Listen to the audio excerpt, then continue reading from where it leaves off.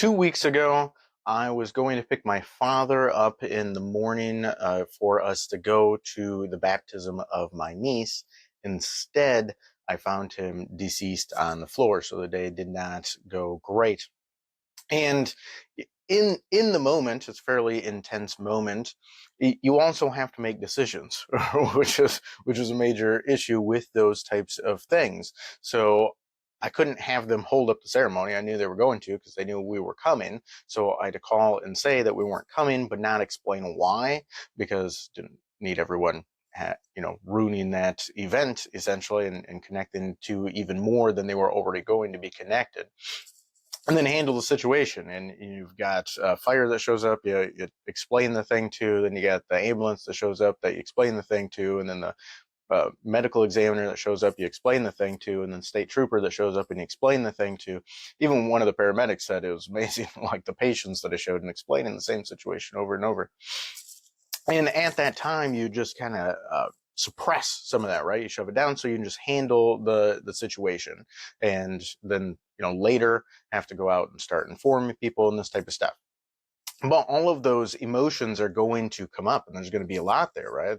The sadness and the grief, the anger and guilt associated with actions you took or didn't take or whatever it may be, and it's not fun, and it's intense, and we would like to be able to avoid it, right? That's a huge thing, a huge amount of activity that we do, right? Or some people do with various drug use and distractions and things, are attempts to avoid it.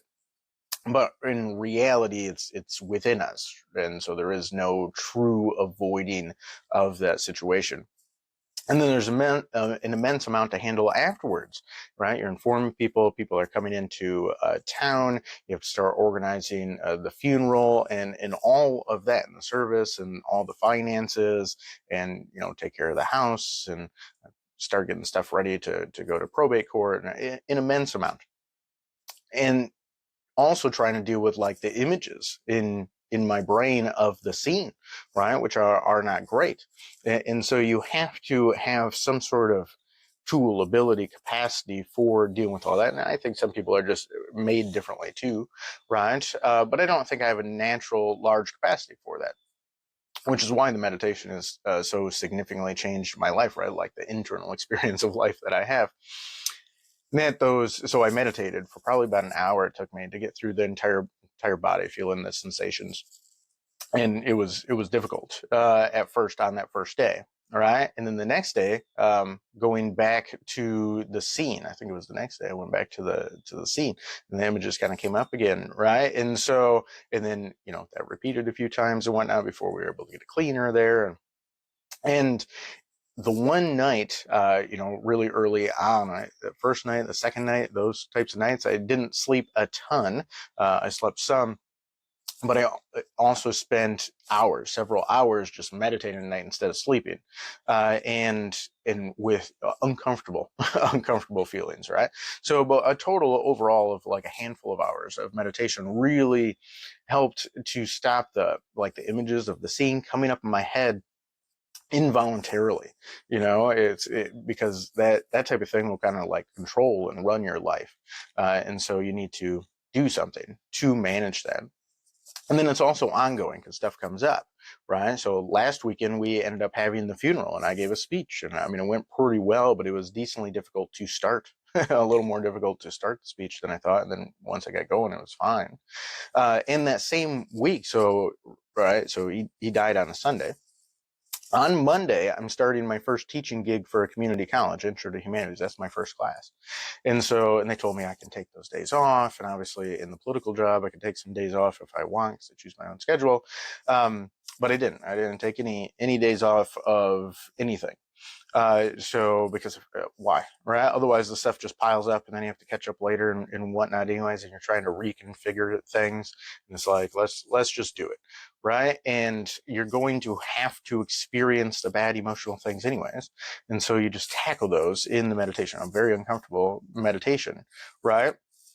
But it's huge. And I know someone recently who lost an uncle not that long ago, an employee, unexpectedly, right? So similar, right? You just unexpectedly find them. And she's made an immense amount of progress in that with a skill. I know someone that was in a hospital quite a lot recently with an aunt, and they were getting burnout, and made an immense amount of progress. The meditation was very helpful too. And so a lot of success, a lot of capacity. I think it's just a thing that should belong in the world. As far as I think the best way to learn it is personal coaching. That's why I started resetmeditation.com in the way that I started it. But realistically, a lot of people are kind of like interested in it, but they don't necessarily want to commit. And I want to get more exposure there. And so I'm going to pivot a little bit and switch it over to more of a membership type of thing, at a much lower price point, so people can get involved and have that ability there, because I think it's an ability that people should have.